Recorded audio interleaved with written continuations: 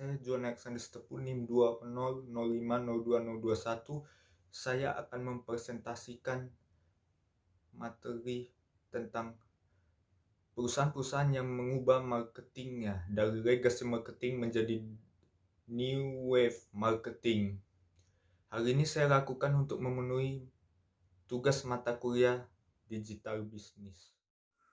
Sebelumnya sebenarnya new wave marketing ini mempunyai 12 konsep, tetapi saya akan membahas 5 saja. Satu, segmentation is communitization. Jadi sebelumnya, segmentasi adalah sebuah seni mengidentifikasi dan memanfaatkan peluang-peluang yang ada di pasar dengan melihat pasar secara kreatif. Segmentasi mengelompokkan pasar berdasarkan atribut yang sifatnya statis atau dinamis. Contoh jenis atribut statis adalah segmentasi yang berdasarkan variabel geografi dan demografi. Sedangkan segmentasi berdasarkan atribut dinamis ialah berdasarkan nilai-nilai psikografis, perilaku atau juga behavioral. Ketika kita memperlakukan konsumen sebagai member, maka otomatis cara dan pendekatan kita, maksudnya mensegmentasi pasar, akan berubah. Namun sekarang di era new wave ini sudah tidak efektif lagi cara seperti itu. Kita harus mengomunitisasikan konsumen sebagai sekelompok orang yang saling peduli satu sama lain.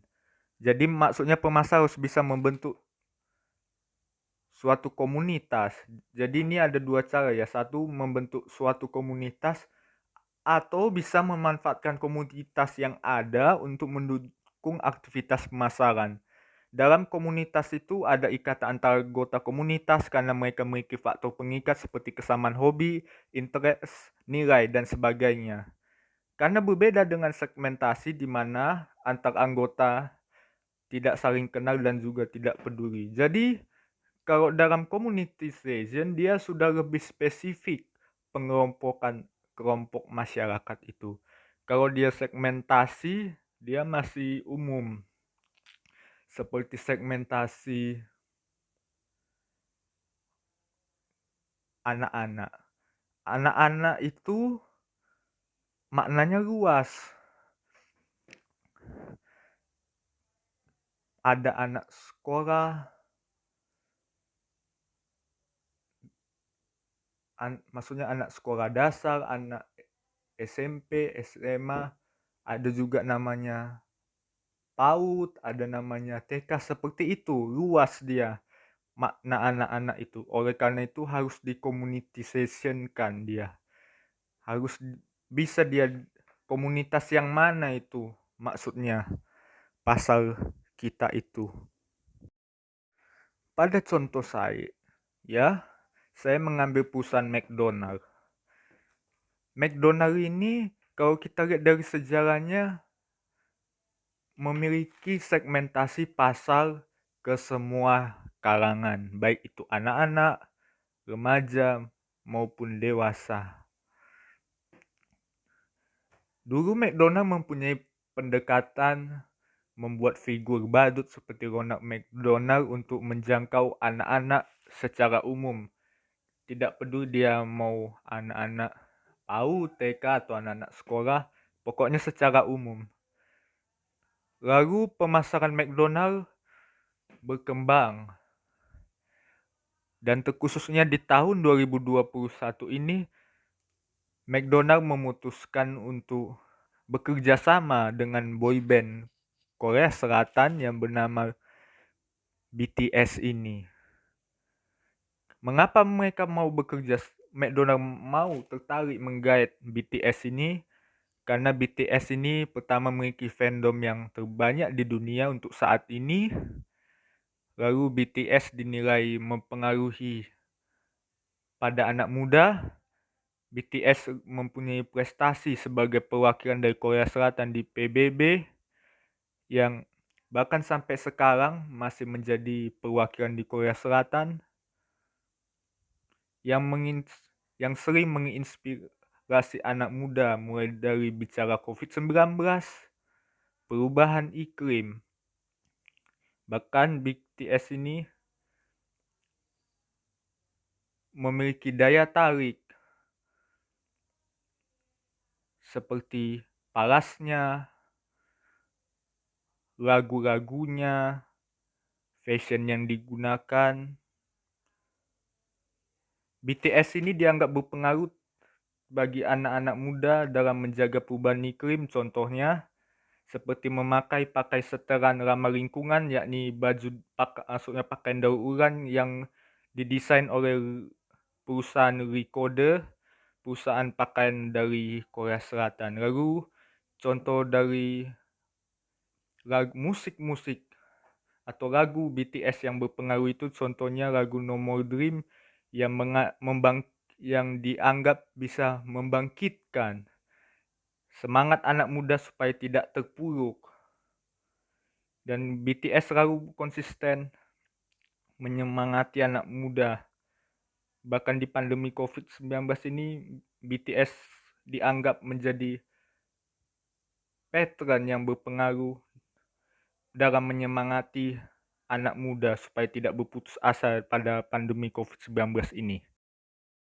2. Targeting is confirmation.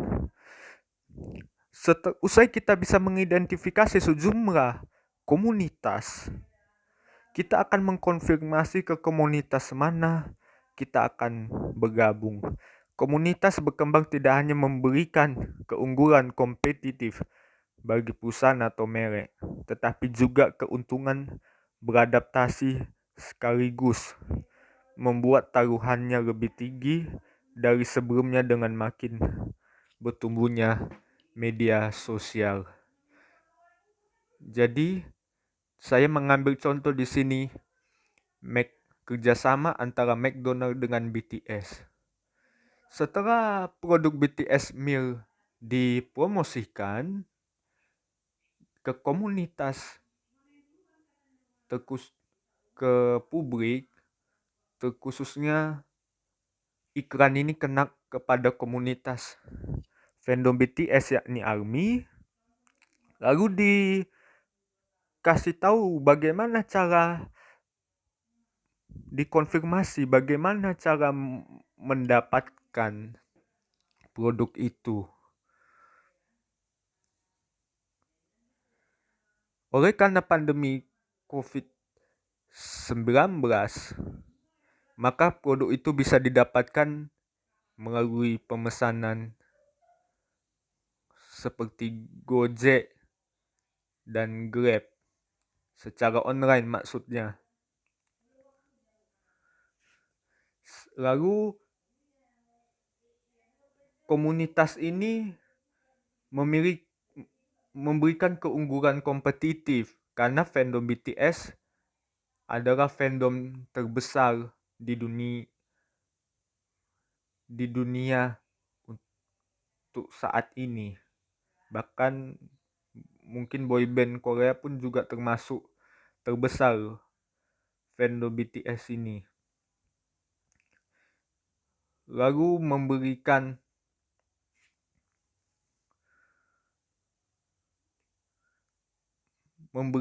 lalu fandom ini membuat produk McDonald itu cepat laku, laris dengan sangat cepat, menjadi trending di Twitter dan membawa keuntungan bagi McDonald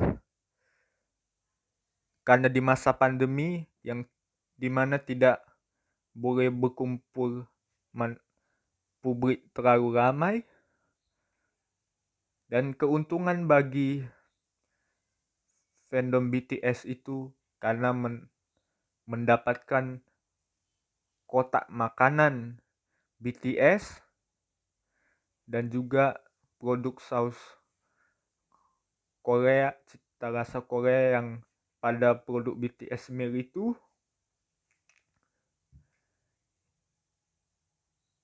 yang mungkin menurut orang tidak seberapa, tetapi menurut fandom BTS itu memiliki.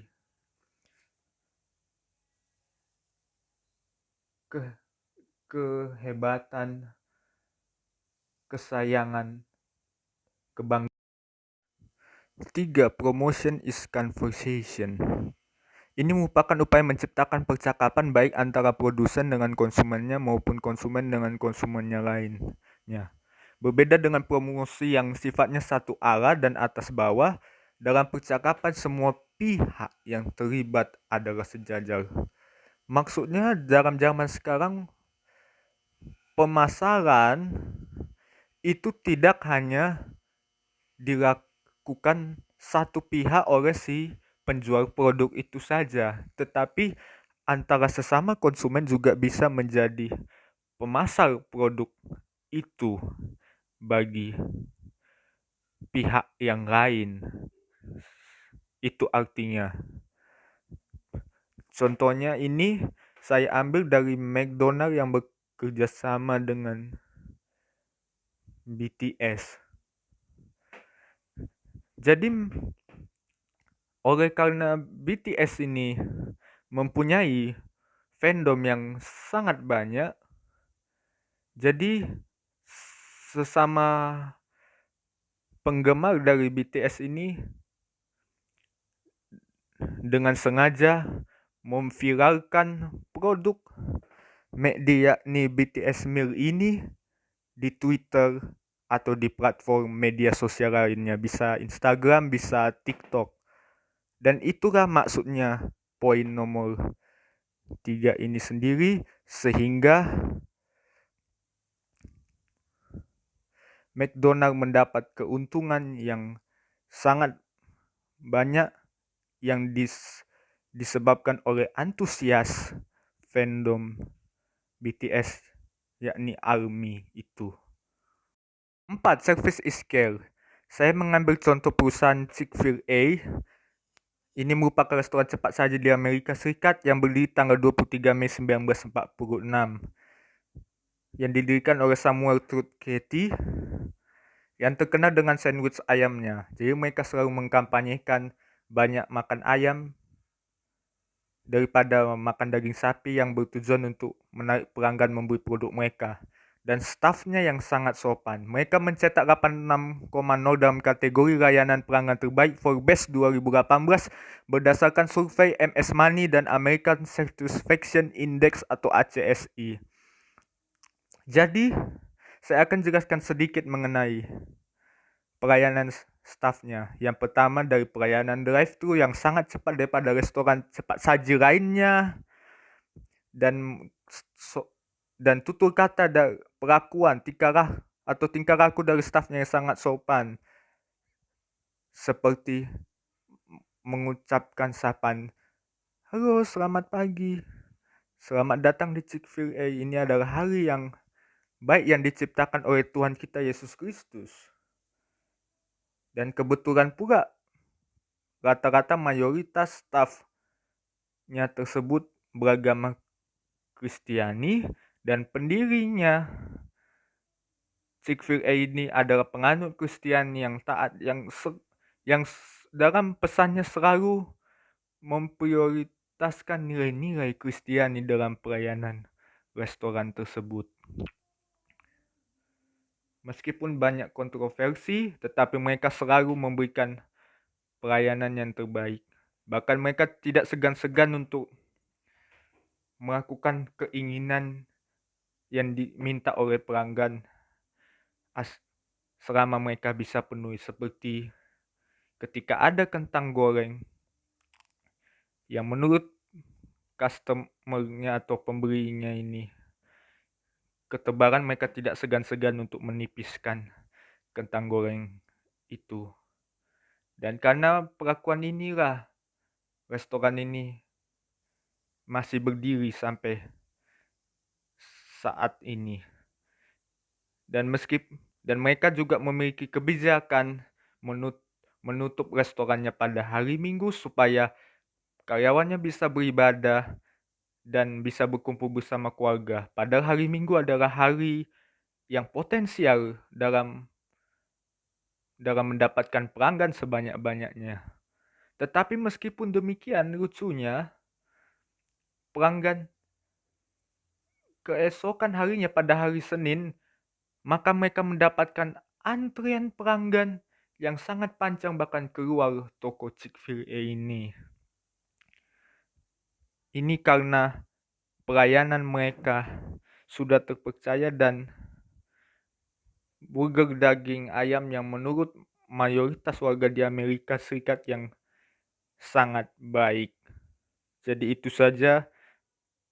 Jadi service is care tidak hanya memberikan kepada pelanggan standar-standar yang terbaik menurut kita, tetapi benar pelanggan itu tidak hanya diperlakukan sebagai raja, tetapi pelanggan itu sudah diperlakukan seperti keluarga, seperti sahabat kita sendiri.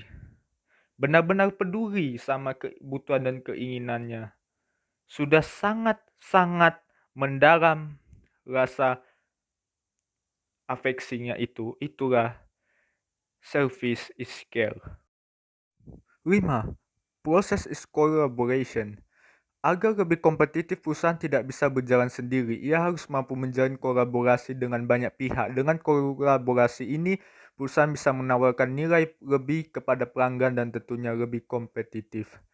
Jadi di sini intinya, perusahaan itu tidak boleh lagi menyombongkan diri dengan kemampuan yang ada di dalam perusahaan itu. Dia tidak boleh membanggakan hasil produksinya yang dianggapnya baik menurut standarnya sendiri. Perusahaan itu harus mau berrela hati, terbuka, merendahkan egonya dengan berkolaborasi dengan pihak lain. Bisa itu artis, bisa itu pihak lain, bisa itu kompetitornya itu juga bisa. Seperti yang dilakukan oleh McDonald yang berkolaborasi dengan BTS yang menghasilkan banyak keuntungan bagi McDonald. Demikian presentasi saya. Saya memohon maaf atas kekurangan dalam presentasi ini. Atas perhatiannya saya mengucapkan terima kasih.